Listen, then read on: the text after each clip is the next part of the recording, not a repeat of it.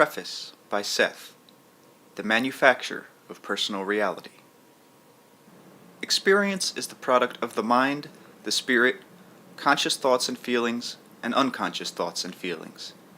These together form the reality that you know.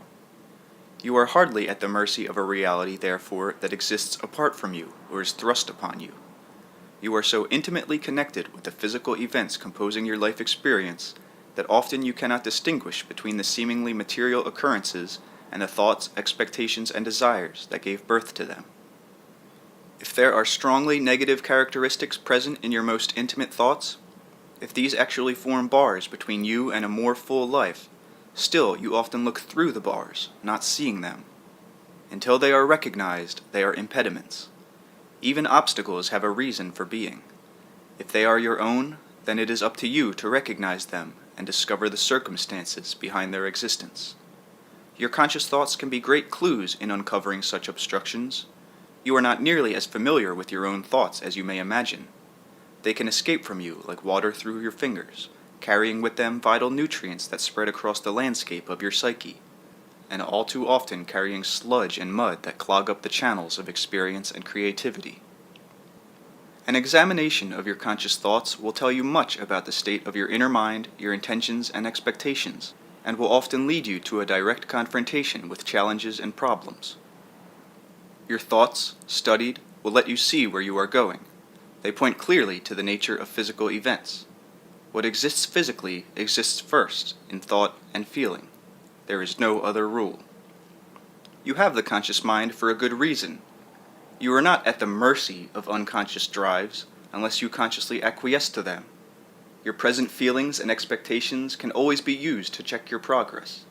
If you do not like your experience, then you must change the nature of your conscious thoughts and expectations. You must alter the kinds of messages that you are sending through your thoughts to your own body, to friends and associates. Each thought has a result in your terms. The same kind of thought, habitually repeated, will seem to have a more or less permanent effect.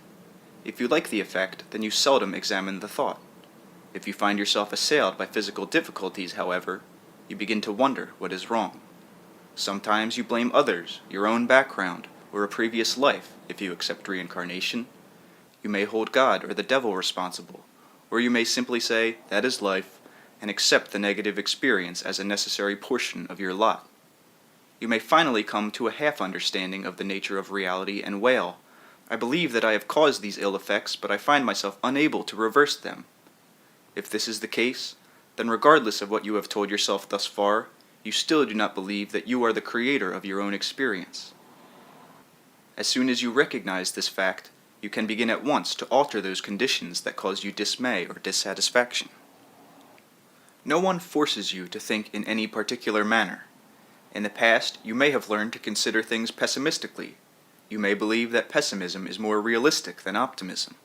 You may even suppose, and many do, that sorrow is ennobling, a sign of deep spiritualism, a mark of apartness, a necessary mental garb of saints and poets. Nothing could be further from the truth. All consciousness has within it the deep abiding impetus to use its abilities fully, to expand its capacities, to venture joyfully beyond the seeming barriers of its own experience. The very consciousnesses within the smallest molecules cry out against any ideas of limitation. They yearn toward new forms and experiences. Even atoms, then, constantly seek to join in new organizations of structure and meaning. They do this, quote-unquote, instinctively. Man has been endowed, and has endowed himself, with a conscious mind to direct the nature, shape, and form of his creations. All deep aspirations and unconscious motivations, all unspoken drives, rise up for the approval or disapproval of the conscious mind and await its direction. Only when it abdicates its functions does it allow itself to become swayed by quote-unquote negative experience. Only when it refuses responsibility does it finally find itself at the seeming mercy of events over which it appears to have no control. Now, books on positive thinking alone, while sometimes beneficial, usually do not take into consideration the habitual nature of negative feelings, aggressions, or repressions. Often these are merely swept under the rug. The authors instead tell you to be positive, compassionate, strong, optimistic, filled with joy and enthusiasm, without telling you what to do to get out of the predicament you may be in, and without understanding the vicious circle that may seem to entrap you. Such books, again, while sometimes of value, do not explain how thoughts and emotions cause reality. They do not take into consideration the multidimensional aspects of the self or the fact that ultimately each personality, while following definite general laws, must still find and follow his or her own way of adapting these to personal circumstances. If you are in poor health, you can remedy it. If your personal relationships are unsatisfactory, you can change them for the better. If you are in poverty, you can instead find yourself surrounded by abundance. Whether or not you realize it, you have pursued your present course with determination, using many resources for ends or reasons that at one time made sense to you. You may say, "Poor health makes no sense to me," or "A fractured relationship with my mate is hardly what I was after," or "I certainly have not been pursuing poverty after all my hard work."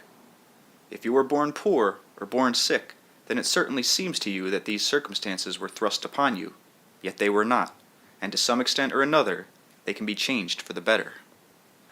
This does not mean that effort is not required and determination. It does mean that you are not powerless to change events, and that each of you, regardless of your position, status, circumstances, or physical condition, is in control of your own personal experience. You see and feel what you expect to see and feel.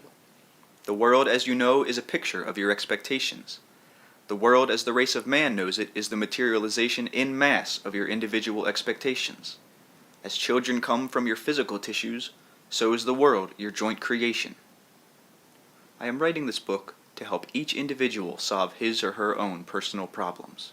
I hope to do this by showing you exactly the way in which you form your own reality, by explaining the ways in which you can alter it to your advantage. The existence of so-called negative thoughts and feelings will not be glossed over, but neither will your ability to handle these, for they are quite under your control. There are methods of using these as springboards for creativity. At no time will you be told to repress them, to ignore them. You will be shown how to recognize those within your experience, to discover which of them has been allowed to run away with you, and how to manage those that seem to be beyond your control. The methods that I will outline demand concentration and effort. They will also challenge you and bring into your life expansion and alterations of consciousness of a most rewarding nature. I am not a physical personality.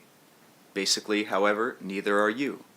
Your experience now is physical. You are a creator, translating your expectations into physical form. The world is meant to serve as a reference point. The exterior appearance is a replica of inner desire.